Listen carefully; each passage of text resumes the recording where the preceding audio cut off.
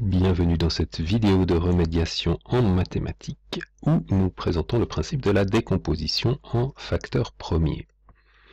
Par exemple, décomposer le nombre 1260 en facteurs premiers. Alors bien sûr, facteurs premiers, deux mots ici importants en mathématiques. Le premier c'est facteur et le deuxième c'est premier. On va commencer par le second et définir un nombre premier comme étant un nombre entier positif qui n'a que deux diviseurs, 1 et lui-même. Donc par exemple, le nombre 7 est un nombre premier. Pourquoi? Parce que les seuls nombres qui divisent 7 sont 1 et 7.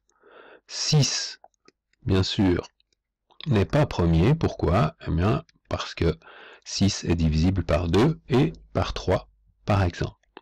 Alors les nombres premiers, eh bien, sont 2, 3, 5, 7, 11, 13, 17, 19, 23, 25 non, 27 non, 29, 31, etc. Attention, 1 n'est pas un nombre premier. Quand on dit qu'un nombre premier n'a que deux diviseurs, 1 est lui-même, sous-entendu, lui-même étant différent de 1. Donc 1 n'est pas un nombre premier. Le deuxième terme qui est employé dans l'énoncé ici, c'est le terme facteur. Alors en l'occurrence, un facteur, ce n'est pas quelqu'un qui va distribuer le courrier ici, mais c'est l'élément constitutif d'un produit. Par exemple, quand je regarde le produit 2 fois 7, donc l'opération s'appelle la multiplication, le résultat de la multiplication s'appelle le produit, et les éléments qui constituent un produit s'appellent les facteurs. Donc les facteurs sont les nombres qui sont reliés entre eux par une ou des multiplications. Donc vous pouvez aussi avoir 2 fois 3 fois 19 fois 25, etc.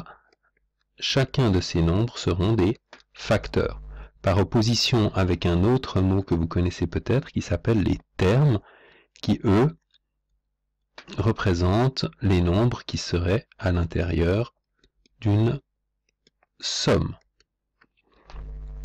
D'accord? Donc facteur pour produit et terme pour somme. Donc des facteurs premiers, ça veut dire les éléments d'une ou plusieurs multiplications qui sont eux-mêmes des nombres premiers. Donc des facteurs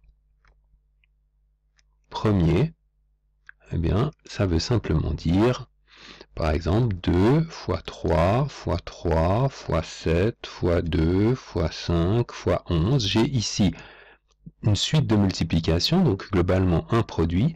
Chacun des éléments de ce produit, c'est-à-dire chaque facteur, est un nombre premier. C'est ce qu'on appelle des facteurs premiers. Alors, décomposer 1260 en facteurs premiers, ça veut dire écrire 1260 comme un produit dans lequel chacun des éléments qui le constituent, chacun des facteurs est un nombre premier.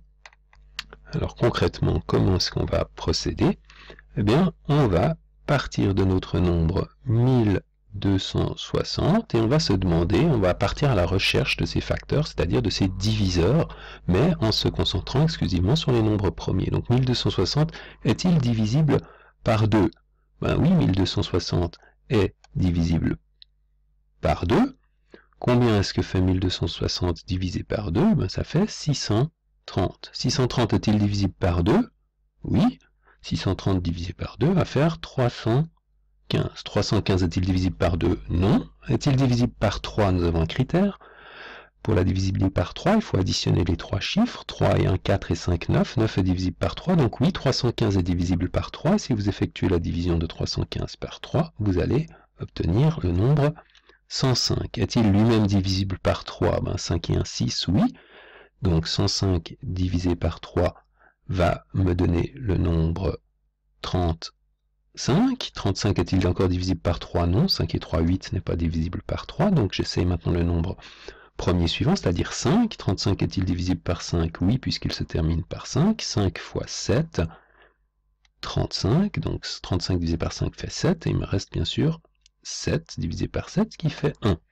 Qu'est-ce que je peux déduire de cette suite de calculs? Eh bien que 1260 est égal à 2 fois 2 fois 3 fois 3 fois 5 fois 7, ce que j'écrirai de façon plus ramassée, 2 à la puissance 2, puisque j'ai 2 fois le facteur 2, 3 à la puissance 2, fois 5, fois 7.